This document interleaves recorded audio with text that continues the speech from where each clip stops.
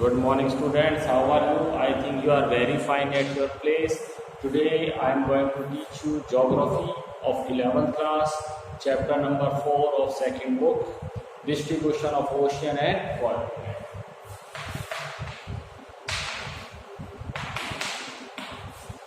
Distribution of oceans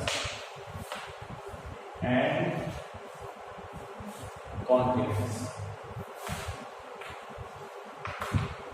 Listen carefully.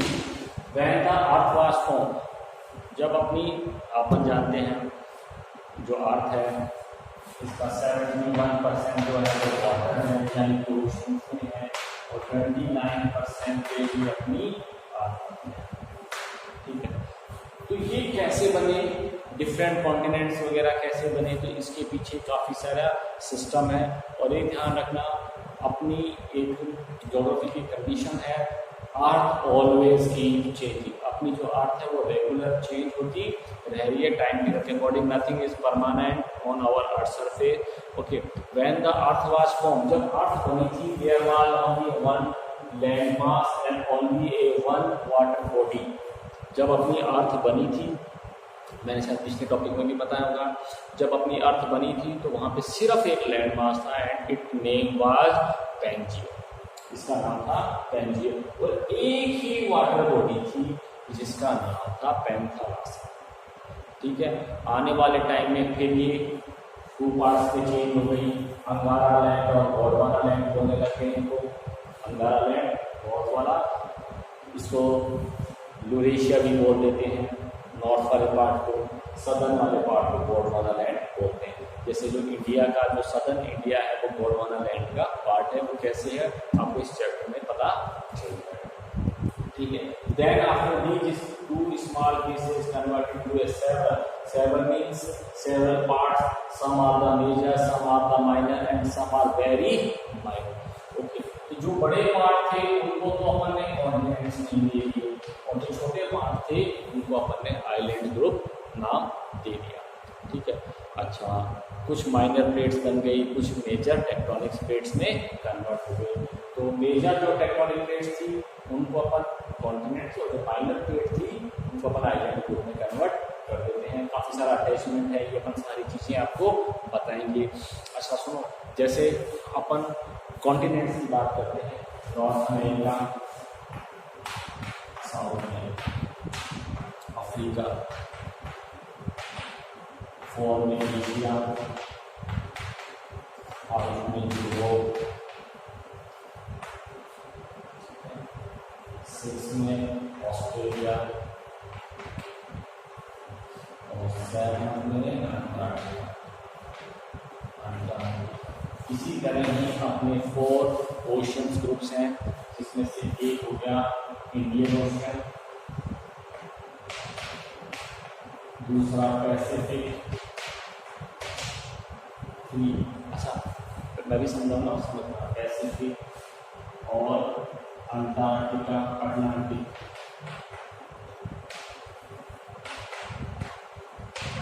Atlantic और southern ocean भी होते हैं। अच्छा, ये अलग अलग हैं लेकिन फिर भी ये टेक्टोनिक प्लेट से जुड़े हुए हैं। जैसे आइलैंड्स ग्रुप आप सुनोगे, इनको आइलैंड क्यों नहीं कहते।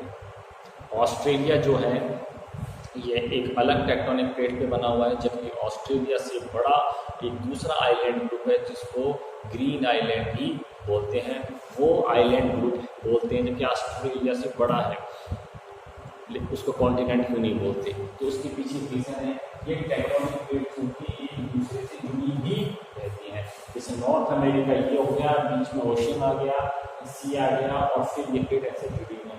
तो ओशियन जो है ये भी टेक्टोनिक प्लेट्स के साथ में जुड़े हुए रहते हैं। ठीक है, अगर ये एक ही पार्ट से जुड़े हुए हैं दोनों, जैसे नॉर्थ अमेरिका और ग्रीनलैंड जो है एक ही टेक्टोनिक प्लेट से जुड़े हुए हैं, इस वजह से ग्रीनलैंड आइलैंड, ग्रीनलैंड को अपन आइलैंड बोलते हैं, इनको कॉन्टिनेंट्स नहीं बोलते हैं। ठीक है, तो अपन इन टेक्टोनिक प्लेट्स के बारे में पढ़ेंगे। अच्छा, जैसे मैंने कहा आपको, when the earth was formed there was only one land mass and there were only one water body. तो इसके पीछे कहने से काम नहीं चलेगा, we have to give some evidence to support our answer. हमारे आंसर को सपोर्ट करने के लिए हमें कुछ एविडेंसेस देने पड़ेंगे। तो आज अपन उन्हीं एविडेंसेस की बारे में बात कर रहे हैं। तो इनको एविडेंस में जिसका बंदे का एविडेंस था जो सबसे सही लगा उसको बोलते हैं वैगनार ड्रिफ्ट थ्योरी। क्या बोलते हैं उसको? वैगनार बार भी बोल सकते हो, वैगनार ड्रिफ्ट थ्योरी। अच्छा, ड्रिफ्ट इसको इसलिए बोलते हैं जब लैंडमास एक दूसरे से दूर जाते हैं तो उसको ड्रिफ्ट बोला जाता है, या एक दूसरे से दूर जो जा रहे हैं तो किस वजह से जा रहे हैं। तो ये तो पहले अपन पढ़ लेते हैं ये वैगनार ड्रिफ्ट थ्योरी क्या थी। तो वैगनार जो ड्रिफ्ट थ्योरी थी इसके अंदर ये था कि सभी जो कॉन्टिनेंट्स वगैरह हैं एक दूसरे के साथ में जुड़े हुए थे। इन वैगनर का नाम था अल्फ्रेड वैगनर का नेम, ठीक है। तो इन्होंने कहा कि सारे जो कॉन्टिनेंट्स हैं एक दूसरे के साथ में जुड़े हुए थे और वो एक दूसरे से दूर जा रहे हैं। ये एक दूसरे से दूर भी जा रहे हैं, इसके लिए भी हमारे ने अपना सपोर्ट रखा और फिर ये एक दूसरे के साथ में जुड़े हुए थे तो उस वजह से थी। बेटा मेरे पास सारे रिसोर्सेज नहीं है, आप प्लीज समझने की कोशिश करना, मैं समझाता हूँ आपको, ठीक है। अब ये देखो मैं आपको वर्ल्ड मैप पे ले आया। वर्ल्ड मैप पे एक बार ढंग से आप देखो, स्टडी करो। तो यहाँ पे आप देखोगे तो अगर मैं ये जो अफ्रीका वाला हिस्सा है, ये नॉर्थ अमेरिका वाले हिस्से को अगर इधर लेके जाऊँ तो इसमें सेट हो जाएगा। देखो north America south America continents को इसके साथ में लेके जाऊँ तो ये सेट हो जाएगा। तो इसी को कहते हैं zig zag theory. Zig zag theory का मतलब हो गया बेटा आपने matching of the continent, zig zag theory. छोटे बच्चों का एक गेम देखा होगा, उसमें कोई पिक्चर बनी रहती है लॉयन की, किसी बर्ड की है। देखो मैं आपको समझाने की कोशिश करता हूँ, आप उसमें जाओगे। जैसे मान लीजिए कि बच्चों का कोई एक शीट है, उसके ऊपर कोई बंदे की फोटो बनी है, ठीक है। और ये डिफरेंट बॉक्सेस बने हुए हैं, डिफरेंट बॉक्सेस। इन बॉक्सेस को अलग कर दिया जाता है कि बच्चों को बोला जाता है बेटा आप इन बॉक्सेस को वापस जोड़ो और वापस जोड़ के ये इमेज वापस बनाओ। तो इस इमेज को कहते हैं जिग जैग थ्योरी। इसी तरीके से अगर अपन सभी कॉन्टिनेंट्स के north America south America Africa in सभी के पार्ट्स बना लेते हैं तो अगर अपन को सेट करने की कोशिश करेंगे तो वापस इस तरीके से सेट हो जाएंगे, मतलब they convert into A one land मास। एक तो ये होता। तो मैंने कहा चलो मान लिया, तो जिग जैग थ्योरी जो थी मैचिंग ऑफ द कॉन्टिनेंट ये वैगनार ने दी थी, साहब इसको मान लिया। दूसरी थी जो rock of same age, same अच्छा अपने सरफेस पे क्या होता है रॉक्स बनती रहती हैं। आप सपोज करो ये वाला एरिया ये वाला एरिया, इसमें ये रॉक्स बनी हुई है, इसमें ये रॉक्स बनी हुई है, दोनों के बीच में डिस्टेंस है। लेकिन जब अपन इनकी कार्बन डेटिंग करके इनकी एज निकालते हैं तो ये रॉक्स कब बनी थी, ये रॉक्स कब बनी थी, तो इनकी डेट सिमिलर है। तो भैया ये सिमिलर क्यों है, तो कहीं ना कहीं ये है कि पहले कभी बनी थी जब एक साथ थी और फिर धीरे धीरे धीरे धीरे ये दूर हो गई। इसको कहते हैं रॉक्स ऑफ सेम एज। इसके अलावा और भी उन्होंने एग्जाम्पल दिए, टिलाइट्स बोलते हैं। टिलाइट्स का मतलब हो गया, टिलाइट्स में हो गया जब जैसे रॉक्स बनी, इस रॉक्स में फिर सेडिमेंट्री रॉक्स बनती है। सेडिमेंट्री रॉक्स कैसे बनती है, जब इस रॉक्स की वेदरिंग होगी, जब इस रॉक्स की वेदरिंग होगी तो वो सेडिमेंट्री रॉक्स बनती है। और इस सेडिमेंट्री रॉक्स बनने के बाद में फिर यह दोनों एरिया एक दूसरे से दूर हो गए और फिर इन पे ग्लेशियर्स आ गए। ग्लेशियर मतलब आइस कैप्स वगैरह जो थी वो बन गई। तो जब हम इन आइस कैप्स को हटा के इस मटेरियल को स्टडी करते हैं तो इसको बोलते हैं टिलाइट्स। तो टिलाइट्स की जो एज वगैरह थी, क्वालिटी क्वांटिटी वगैरह थी, वो भी सेम मिली गई। तो एक तो हो गया matching of the ocean flow. हमने सजेशन दिया कि भैया कभी आप फ्लो करके देख लो, पता चलता है एक ही। हालांकि बिल्कुल वैसा नहीं बनेगा जैसे आप एक कप है तोड़ दिया, तोड़ने के बाद आप उसको जोड़ोगे तो बहुत सिमिलरिटी रहेगी कि कई चीज़ उसमें जब कप टूटेगा तो हो सकता है किसी चीज़ का पाउडर भी बन जाए। पाउडर तो आप ऐसी चीज़ नहीं लगा सकते, लेकिन फिर भी बहुत हद तक वो कप की आप वापस शेप वापस उसको दे दोगे। तो एक तो होगी matching of the rocks, sorry matching of the continents हो गया जिग जैग थ्योरी के जरिए।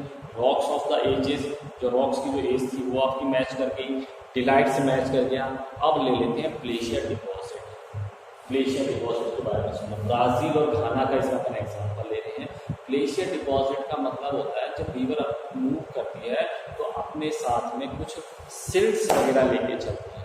तो ब्राजील और घाना को जब मैच करते हैं, देखो आपके वर्ल्ड मैप में आ जाओ, यहाँ पे बेटा आपका ब्राजील है, ये साउथ अमेरिका के अंदर है, और घाना जो है बिल्कुल ये वाला जो पॉइंट है मेरी मेल का, देखो ये वाला जो पॉइंट है अफ्रीका का, यहाँ पे घाना है। तो यहाँ पे जो गोल्ड माइन्स मिलती है, ग्लेशियर डिपॉजिट मिलते हैं, इनमें सिमिलरिटी है, यानी कि कहीं ना कहीं माना जाता है कि दोनों कभी साथ रहे होंगे। इसके साथ साथ में ही कुछ फॉसिल्स हैं। क्या है distribution of the fossils? Fossils का मतलब क्या भाई, जब दोनों कॉन्टिनेंट सेम थे तो यहाँ पे कोई एनिमल्स ओरिजिन हुआ होगा, और इन एनिमल्स के जो फॉसिल्स थे वो यहीं रह गए, फिर ये दोनों एक दूसरे से अलग गए। तो यानी कि ये एनिमल्स कभी इस एरिया से इस एरिया तक पहुंच ही नहीं सकता, तो इन दोनों के जो फॉसिल्स हैं वो सेम कैसे हैं, तो कहीं ना कहीं माना जाता है कि दोनों कभी साथ साथ रहे। समझ में आ गया? फिर समझ लो, जब अपनी अर्थ फॉर्म हुई थी तो एक ही लैंड मास था जिसका नाम था पेंजियो। अब पेंजियो नाम किसने रखा? ये साइंटिस्ट ने रखा है अपनी इंफॉर्मेशन के लिए, अपनी नॉलेज के लिए। अर्थ ये नेम आपका नाम कौन देता है? आपका नेम जो है आप खुद देते हो, आपके पेरेंट्स देते हैं। आपके पेरेंट्स को जो अच्छा लगता है वो आपको नेम दे देते हैं, ठीक है। आप अपना नाम चेंज करना चाहें तो अलग प्रोसीजर हो गया, लेकिन आप नेम को इजीली अडॉप्ट कर लेते हो। तो उसी तरह से इनका जो पेंजियो नाम दिया गया, हिस्टोरियंस ने दिया गया, जोग्राफर्स ने दिया गया। फिर एक ही लैंडमास था जिसका नाम था पेंथास। क्लियर? अच्छा, फिर क्या हुआ? इंटरनल हीट और प्रेशर की वजह से इन टेक्टोनिक प्लेट्स में ब्रेक हो गया, तो जो नदन पार्ट जो कहलाया, ऊपर वाला पार्ट, उसको अंगारा लैंड या यूरेशिया बोलने लगे, और नीचे वाले पार्ट को आप गोंडवाना लैंड नेम दे दिया। Then after these two part convert into a some more parts में चेंज हो गए। चलो ठीक है, चेंज होने के बाद में they move away from each other, ये एक दूसरे से दूर चले गए। तो एक दूसरे से दूर क्यों गए, इसके पीछे दूसरी थ्योरी है, वो अभी आपको जस्ट आगे बताएंगे, ठीक है। तो दूर चले गए, दूर जाने के बाद में दूर चले गए। अब हिस्टोरियन जो है हमेशा पीछे का पता करते हैं पीछे क्या हुआ था। तो उन्होंने जब इसको स्टडी किया तो पता किया कि अर्थ कभी एक साथ थी, तो उन्होंने कुछ एविडेंस दे दिए। क्लियर है? आज के लिए अभी के लिए मैं इतना ही, थोड़ा सा रीडिंग लगा लेते हैं, चीज़ छूट गई है और डीप ले लेंगे, और फिर अपन आगे कहा कि भाई ये एक दूसरे से दूर क्यों गए, उसकी अलग थ्योरी है, वो मैं अभी आपको बताऊंगा। क्लियर है? चलते हैं फर्स्ट पेज से स्टार्ट करते हैं। In the previous chapter you have studied the interior of the earth, you are already familiar with the world map, you know that continents cover 29% of the surface of the earth and the remainder is under oceanic water। जो बच गया हिस्सा वो हमारे ocean में आ गया। The position of the continent and the ocean bodies as we see them in the map have not been the same in the past। जो आज अपन देखते हैं ये पास्ट में ऐसा नहीं था, कुछ चेंजेस थे इसमें। Moreover, it is now a well-accepted fact that ocean and continent will not continue to enjoy their present position in time to come। और ये भी पॉसिबिलिटी इन फ्यूचर में भी ये चेंजेस जारी रहेंगे। It is now a well-accepted fact that ocean and continent will not continue to enjoy। हो गया। If this is so, the question arises, what were their position in the past? इनकी position क्या थी, अपने question आता है। Why and how do they change their position, ये change position क्यों होती है? अभी मैंने आपको बता दिया कि पहले पोजीशन कैसी थी, एविडेंस दे दिए, ये चेंज क्यों होते हैं। I will tell you after some time. Even if it is true that the continent and ocean have change and are changing their position, ये चेंज होते हैं और इनकी पोजीशन चेंज होती रहती है। You may wonder as to how scientist know this, how have they determined their earlier position, इनकी early position के बारे में कैसे पता लगाया गया। You will find the answer to some of these and related question in this chapter। तो continental drift, एक दूसरे से मूव जो हुए।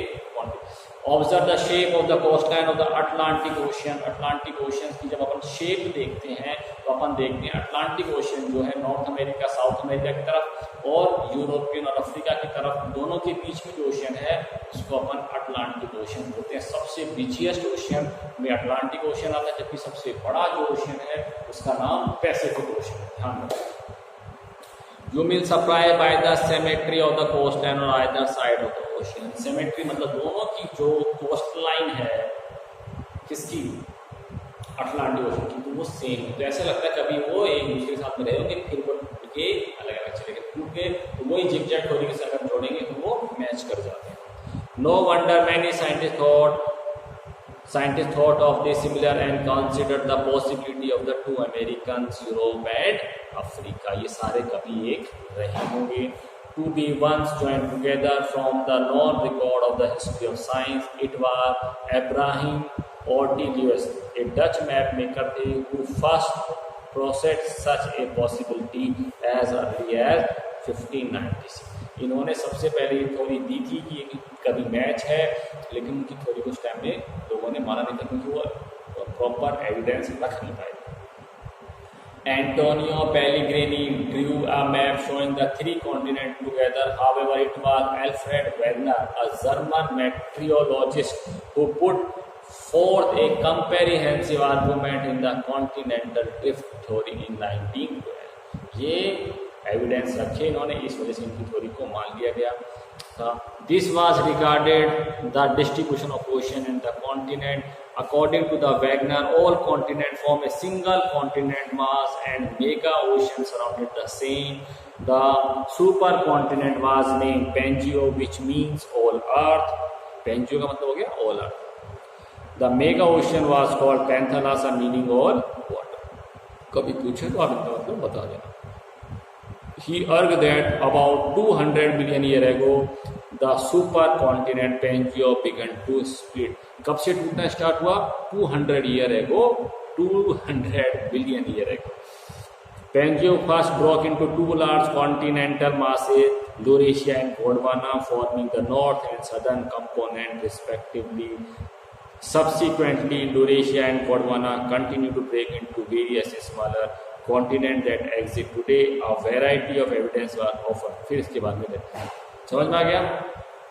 अभी के लिए इतना ही। पहले अर्थ फॉर्म हुई थी जब एक ही लैंड मास था जिसका पेंजियो मतलब ऑल अर्थ और Panthalassa means all water body जो था उनकी नेम दे दी गई। Then after it breaks into two parts. और ये फिनोमेना कब चालू हुआ? 200 मिलियन ईयर को पहले चालू हुआ, यानी ठीक है।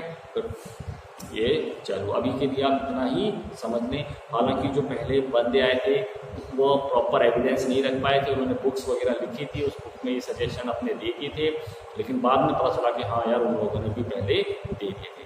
जैसे आपने कभी हनुमान चालीसा पढ़ी हो तो हनुमान चालीसा में एक श्लोक है, अभी मैं भूल गया, अभी जस्ट भूल गया, उसमें ये था कि अपने से सूरज की जो दूरी है, सन की जो दूरी है से जितने किलोमीटर है वो ऑलरेडी अपने हनुमान चालीसा में दी हुई है। उस टाइम तो अपन ने कंसिडर नहीं करी या नहीं मानते थे, जब साइंटिस्ट ने कह दिया तो अपन अब मानने लग गए। ठीक है, evidence in support the continental drift the matching of. बेटा फिर से समझ लो, सुनो रटने की बात नहीं है, समझने की बात है। इतना तो इतना पढ़ा लिखा हुआ था, काम की चीज़ इतनी सीखी, तो मैं बुक्स की रीडिंग वैसे नहीं लगाता हूँ, लेकिन कई बच्चे कहते हैं सर वो रह गया बात को परेशान करते हैं, इस वजह से मैं रीडिंग भी पहले समझा दिया, फिर समझा रहा हूँ, फिर समझ लो। पहले साथ में जिगजैग थ्योरी की वजह से एक्सप हो गया, एजेस ऑफ द रॉक्स हो गया, डिलाइट्स हो गया, ग्लेशियर डिपॉजिट हो गया, और fossil distribution of the fossils हो गए। ये 5 जो चीज़ें हैं इनकी वजह से ये सपोर्ट में अपन रखते हैं। वैसे क्या है, you can you when ever you right these answer you can use your own language to express your view। अपने व्यूज को एक्सप्रेस करने के लिए अपनी ओन लैंग्वेज आप इस्तेमाल कर सकते हो। doesn't need to required book language, doesn't need।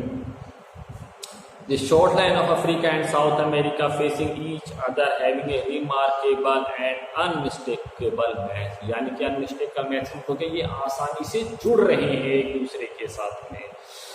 ठीक है। It may be noted that a map produce using a computer program to find the best to fit. Computer program के जरिए अगर आप उनको जोड़ना चाहेंगे तो ये जुड़ जाएंगे। बच्चे इमेजिन वगैरह करके चाहो तो ऐसे भी आप कर सकते हो, या इनके पार्ट्स वगैरह बना के फिर आप कर सकोगे तो जुड़ जाएगा, ठीक है।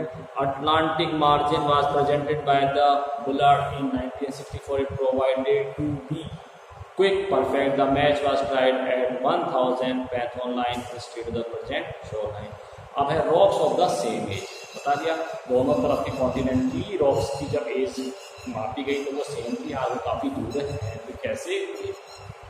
The radiometric dating method develop in the recent period है, ये अभी मेथड अभी डेवलप किया गया, पहले ही नहीं था।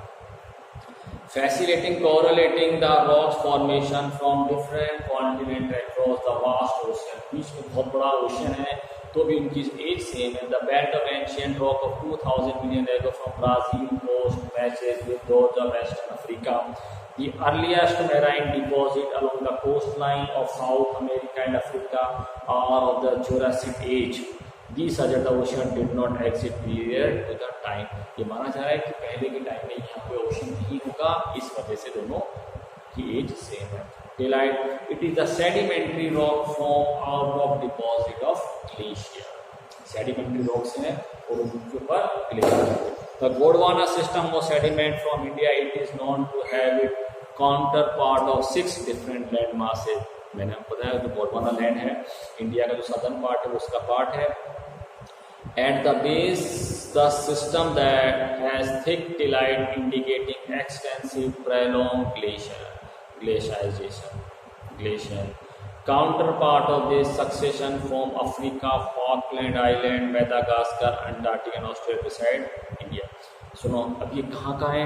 अफ्रीका आप जानते हैं ये कहाँ है, अंटार्कटिका भी जानते हैं, ऑस्ट्रेलिया भी जानते हैं। अच्छा, अफ्रीका के बिल्कुल साउथ में या साउथ ईस्ट में आपको मेडागास्कर मिल जाएगा। क्लाइमेटिक कंडीशंस जब थी, क्लाइमेट चैप्टर था उसमें बताया था, हालांकि जिन बच्चों ने शुरू में देखा था उनको पता है, बाद वाले बच्चों को नहीं पता है कि क्लाइमेट हट गए हैं। और जो फ्लैकलैंड है ये साउथ अमेरिका के ईस्टर्न साइड, ईस्टर्न साउथ में नीचे की तरफ एक छोटा सा आइलैंड ग्रुप है। हालांकि ये साउथ अमेरिका का पार्ट है, लेकिन इसके ऊपर आज भी यूरोपियन जो कंट्रीज हैं वो रूल करते हैं इसको। Over reassemblage of the Gondwana type sedimentary demonstrate that these landmasses have remarkable similar history. The glacier tillite provide unambiguous evidence of paleoclimatic and also of drifting of continent. मतलब ये उस time period में कभी साथ थे, इस वजह से दोनों के सेम है। ग्लेशियर डिपॉजिट अभी मैंने घाना और ब्राजील के बारे में बताया, गोल्ड माइंस के बारे में बताया, दोनों में सिमिलरिटी है। The occurrence of the rich glacier deposit of gold in the Ghana coast and the absolute absence of source rock in the region of the amazing fact. The gold-bearing veins are in Brazil and it's obvious that of gold deposit of the Ghana. दोनों की same type में, ठीक है। अब आगे चलते हैं, घाना की और जो इनकी है दोनों की सेम ही है। अब आगे distribution of the fossil, fossil के बारे में बता दिया। ये जो फॉसिल थे एक दूसरे से दूर दूर थे ये दोनों कंट्री, और एनिमल्स डेड हो गए, उनके फॉसिल वहाँ सबमिट हो गए, फिर वो बीच में उनकी डिस्टेंस क्रिएट हुई। When identical species, plant and animal adapting to living on land or in fresh water are found on either side of the marine barrier, a problem arises regarding accounted for such distribution. दोनों side में same थी, ये ऐसा क्यों हुआ? The observation that boomers occur in India, Madagascar and Africa led some to consider a contiguous landmass, Lemuria linking the 3 landmass, Saurian। ये कुछ जो चैप्टर नंबर 1 है उसके अंदर ये पढ़ती तो हमको पता चलता। चलते आगे, इसको southern cape origin of South America, Africa and इरावेरियर formation of Brazil, the 2 locality presenting are 4800 kilometre apart with an ocean between. दोनों के बीच में 4800 किलोमीटर की डिस्टेंस होने के बावजूद भी दोनों में सेम है। अब है फोर्स फॉर ड्रिफ्टिंग। मैंने भी आपको कितनी बार बताया कि है दोनों जो मटीरियल्स वगैरह हैं ये एक दूसरे से कभी जुड़े हुए थे, फिर ये एक दूसरे से दूर हो गए। तो दूर होने का क्या रीज़न था वो सुन लो। ये जो दूर होने का जो रीज़न था वो सुनो, इसको कहते हैं पोस्ट ड्रिफ्ट। पोस्ट ड्रिफ्ट बहुत यूज, इसको बोलेंगे फोर्स ऑफ ड्रिफ्टिंग। ये दोनों एक दूसरे से क्यों, कॉन्टिनेंट जो है एक दूसरे से दूर होकर, इसके पीछे टू रीजन है। एक है पोल फिलिंग फोर्स, क्या बोलेंगे उसको, पोल फिलिंग फोर्स।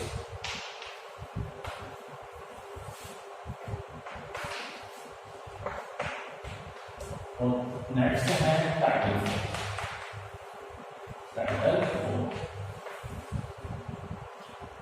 पोल फिलिंग, पहले आपको टाइडल फोर्स बता दें। टाइडल फोर्स मतलब it create by the sun and moon attraction. Sun और मून के अट्रैक्शन से टाइड्स आते हैं। अब टाइड्स आते हैं, इसके ऊपर भी पूरा चैप्टर है, आगे पढ़ लेंगे। छोटा सा बताने की कोशिश करूंगा।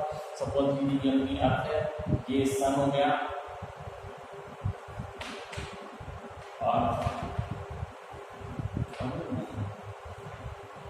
क्या होता है, सन और मून जो है अट्रैक्शन पावर वाला, ये अर्थ को अपनी तरफ खींचते हैं, दोनों आपको अर्थ को अपनी तरफ खींचेंगे। तो अर्थ की जो शेप है वो ओवल लाइक शेप हो जाएगी। ओवल लाइक शेप ये कब होता है, जब सन और मून जो है एक लाइन में आ जाते हैं। कई बार ये परपेंडिकुलर भी होता है, कई बार ये 180 डिग्री के रूप में भी हो जाता है। तो जो 90 डिग्री पे रहेगा, सपोज यहाँ पे सन है, यहाँ पे मून है, अर्थ को अट्रैक्ट करेंगे तो इतनी अट्रैक्शन पावर नहीं कर पाती। जब ऐसे रखते हैं तो अट्रैक्शन पावर ज़्यादा लगती है, जिसकी वजह से अर्थ की जो शेप है वो चेंज होती रहती है। पहले ऐसे रहेगी, फिर थोड़ी सी ऐसे हो जाएगी, ऐसे खींचेंगे, ठीक है। इसकी वजह से क्या होता है,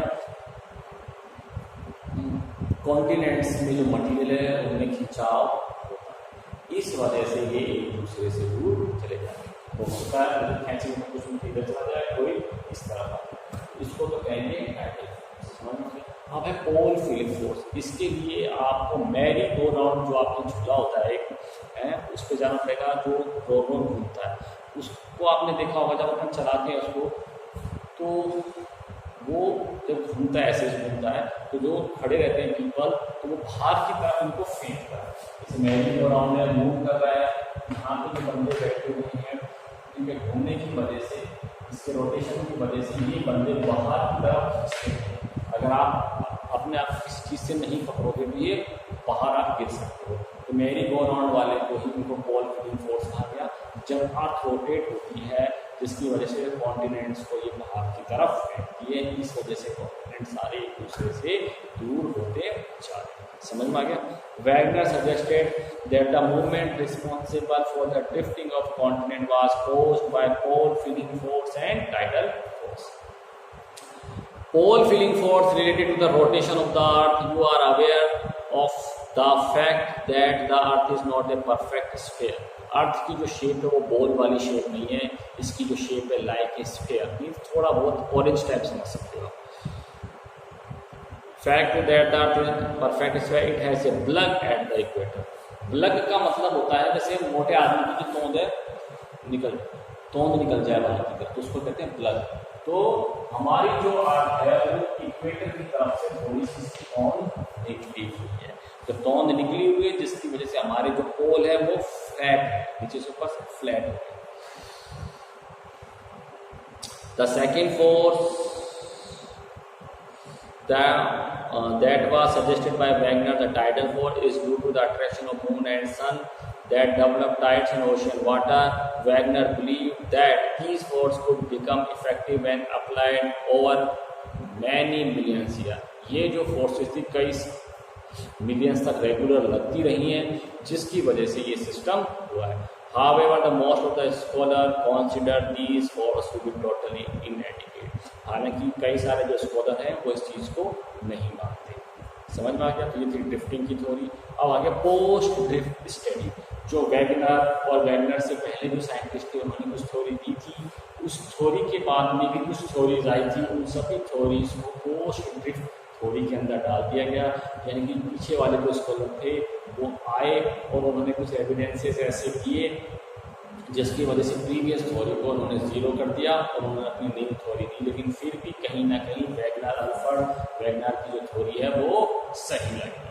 तो पोस्ट ड्रिफ्टिंग स्टडीज पढ़ लेते हैं, फिर से आगे और बताएंगे। It is interesting To note that for continental drift, most of the evidence were collected from the continental area in the form of the distribution of flora and fauna or deposit like delights.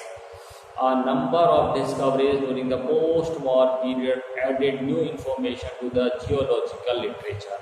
हालांकि ये सही है, लेकिन फिर भी post वार theory जो थी उस टाइम में दी गई, वॉर के बाद में भी काफ़ी सारी theory I. Particularly the information collected from the ocean floor mapping providing new dimension for the study or distribution of ocean and continent. एक क्या ही ocean floor mapping, ocean floor को नापा गया. आपके अकॉर्डिंग जो ओशियन फ्लोर है वो कैसा होगा, आपके अकॉर्डिंग बताओ. नेचुरल बात है, जो ओशियन फ्लोर है जैसे अपन पॉन्ड की देखते हैं, अपन सभी सोचते हैं नीचे से वो स्मूथ सरफेस होता होगा. जैसे अपन ने कैसे कहते हैं, जैसे कोई सूखा तालाब वगैरह, ड्राई पॉन्ड वगैरह अपन ने देख लिया तो उसके बेसिस पर अपन कह सकते हैं. लेकिन नीचे से ओशियन देखने पर ऐसा स्मूथ नहीं है. ओशियन में भी डिफरेंट टाइप के लैंडफॉर्म्स बने हुए. यह लैंडफॉर्म्स सेकेंड वर्ल्ड वार तक अपन नहीं जानते थे. सेकेंड वर्ल्ड वार के बाद में अपन को लैंडफॉर्म्स के बारे में इंफॉर्मेशन मिली. कैसे मिली? तो सेकेंड वर्ल्ड वार में कुछ जो शिप्स थे उनको डुबो दिया गया था. हो सकता है किसी खजाने से भर के जा रहे हैं लूटने के डर से, या कैसे भी उनको हमने डुबो दिया. अब लड़ाई के बाद में उनको ढूंढना स्टार्ट किया, उनकी डिस्कवरीज स्टार्ट हुई कि कहाँ है वो, रिकवरी करें उस माल की. तो नीचे इसके लिए गोताखोर वगैरह जो है, नीचे पनडुब्बी वगैरह जो है वो पहुँचाई गई, बनाई गई ढूंढने के लिए. फिर कहीं पता चला कि ओशियन को जैसा अपन नीचे से समझते हैं वैसा नहीं है. उसको फिर डिफरेंट लैंडफॉर्म्स बनाए गए. जैसे अपन ने उसमें पढ़ा था वॉल्केनिक लैंडफॉर्म्स जो बने थे इंट्रूसिव रॉक्स के अंदर, तो कैसे कैसे नहीं, तो जैसे जैसे इनके नेम्स भी आगे आएंगे. तो उस जब उनको स्टडी किया गया तो एक नई बात सामने निकल कर आई. ठीक है. अब इसके अलावा और भी बहुत सारे दिए थे, जिसमें है conventional current theory. Conventional current theory में क्या है कि नीचे से हीट और प्रेशर निकलता है, जिसकी वजह से अर्थ में डिफरेंट टाइप की शेप्स वगैरह निकलते हैं. रेडियो एक्टिव मटीरियल जो है सरफेस के नीचे हैं, तो उनको स्टडी करते हैं. यह थ्योरी दी थी आर्थर हॉलमास ने 1930 में discuss the possibility of the conventional current operating in the mantle portion. की गर्म रेज जो हैं, हीट वेव्स जो हैं वो निकलती है मेंटल पोर्शन से. These current are generating due to the radioactive element causing thermal differences in the mantle portion. जो मेंटल पोर्शन में थर्मल मतलब हीट जो अलग अलग है, इस वजह से जहाँ हीट ज़्यादा है तो वहाँ पे अलग लैंडफॉर्म्स बन गए. Holmes urged that there exist a system of such current in the entire mental portion. This was an attempt to provide an explanation to the issue of force, on the basis of which contemporary scientists discarded the continental drift theory. हालांकि इस theory के आधार पर बाद में इसको भी कह दिया गया साइंटिस्ट ने, नहीं भाई ये भी सही नहीं है. अब ले लेते हैं मैपिंग ऑफ द ओशन, जो कि मैंने थोड़ी देर पहले आपको detail research of the ocean configuration. Configuration मतलब हो गया shape. Revealed that the ocean floor is not just a vast plain. ये वास्ट प्लेन नहीं है, सिंपल स्मूथ प्लेन नहीं है, but is full of relief. Relief का मतलब यहाँ पे डिफरेंट टाइप के और भी लैंडफॉर्म्स हैं. याद करना बार बार ये रिलीफ वर्ड्स आएगा. Expeditions to map the ocean floor in the post-war period provided detailed picture of ocean relief and indicated the existence of submerged mountain ranges as well as the deep trenches. तो earth surface के नीचे गए तो देखा यहाँ पे बहुत सारे माउंटेन रेंजेस हैं, पहाड़ बने हुए हैं. डीप ट्रेंचेस का मतलब होता है खानियां बनी हुई हैं, घाटियां सी बनी हुई, ट्रेंचेस होते हैं. तो सबसे जो गहरा है 11 किलोमीटर को कहते हैं मैरियाना ट्रेंच है. ये पैसिफिक ओशन में ध्यान रखना. Mostly located closer to the continental margin. Continental margin क्या है, तो कॉन्फ़िगरेशन बताएंगे, शेप्स वगैरह बताएंगे आपकी, तब अपन ले लेंगे. ठीक है.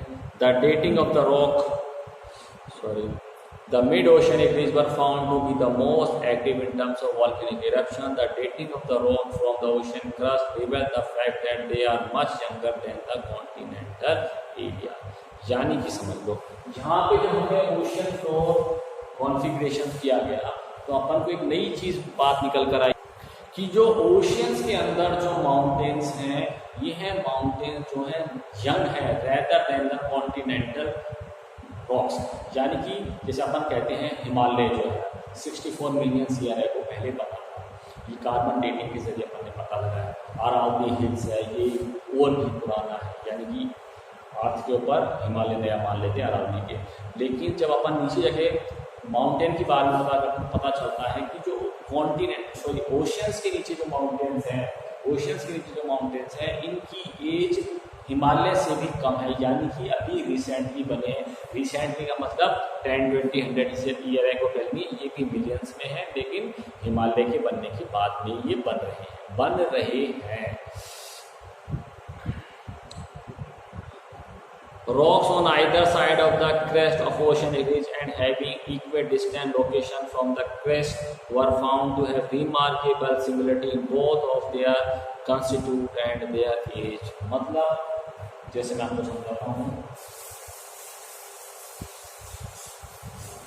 आप सुनो, जैसे ये अपना ओशन फ्लोर था, यहाँ पे रॉक्स मिली, तो यहाँ पे रॉक्स मिली, फिर क्या होगा धीरे धीरे अपना ओशन फ्लोर जो था इसमें भी स्प्रेड होने लगा। ये मैं आपको बाद में बताऊंगा, नेक्स्ट टॉपिक है अभी आपको। फिर क्या हुआ, ये टूट गया, ठीक है, ये टूट गया, या यूँ समझ लो, इसको समझने के लिए आपने कोई ऑपरेशन देखा, कोई ऑपरेशन देखा, डॉक्टर क्या करते हैं, ये स्किन है इसमें कट लगाएंगे, कट लगाने के बाद में इसमें थोड़ा सा स्किन को खींचेंगे, स्ट्रेच करेंगे, यूँ ऐसे खींचेंगे, फिर एक कट लगाएंगे, फिर थोड़ा सा और खींच देंगे, फिर और कट लगाएंगे, ऐसे।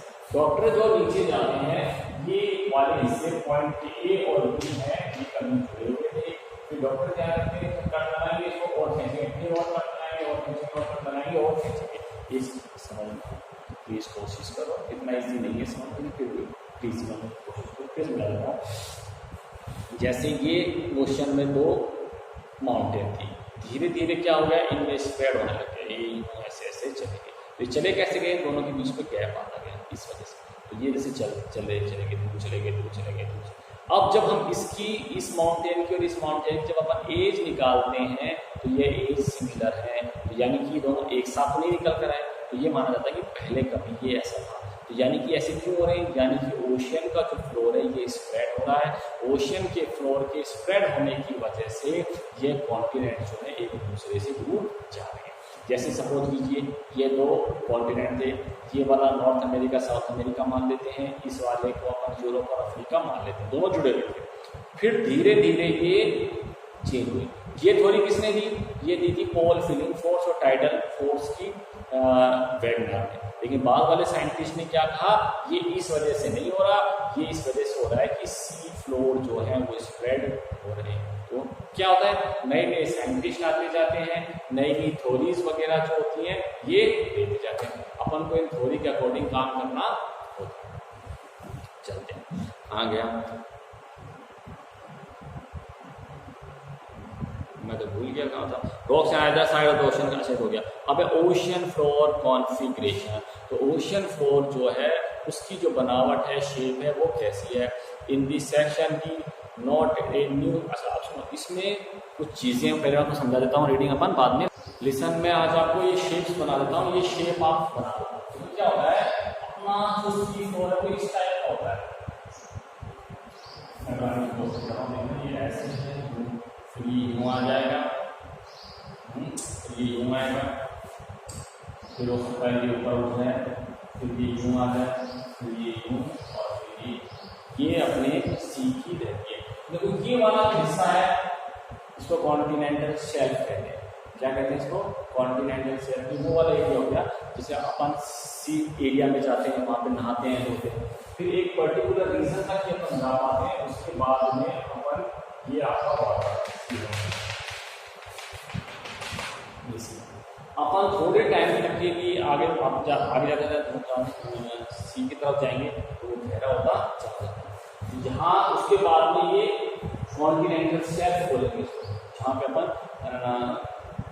कोस्टल रीजन पे जाते हैं, बीचेस पे जाते हैं, तो कॉन्टिनेंटल। फिर आगे जाने के बाद में और गहरा हो जाता है, तो उसको कहते हैं कॉन्टिनेंटल स्लोप्स। तो ठीक है, फिर यहाँ पे थोड़ा सा ये यूँ हो जाएगा, फिर इसको कहते हैं कॉन्टिनेंटल राइज। क्या हो गया? कॉन्टिनेंटल वापस उठ गया। ठीक है, इसको अबेसल प्लेन बोलेंगे। इसको क्या बोलेंगे? अबेसल प्लेन। फिर से ध्यान दो, कॉन्टिनेंटल सेल, कॉन्टिनेंटल स्लोप, फिर इसको अबेसल प्लेन बोलेंगे।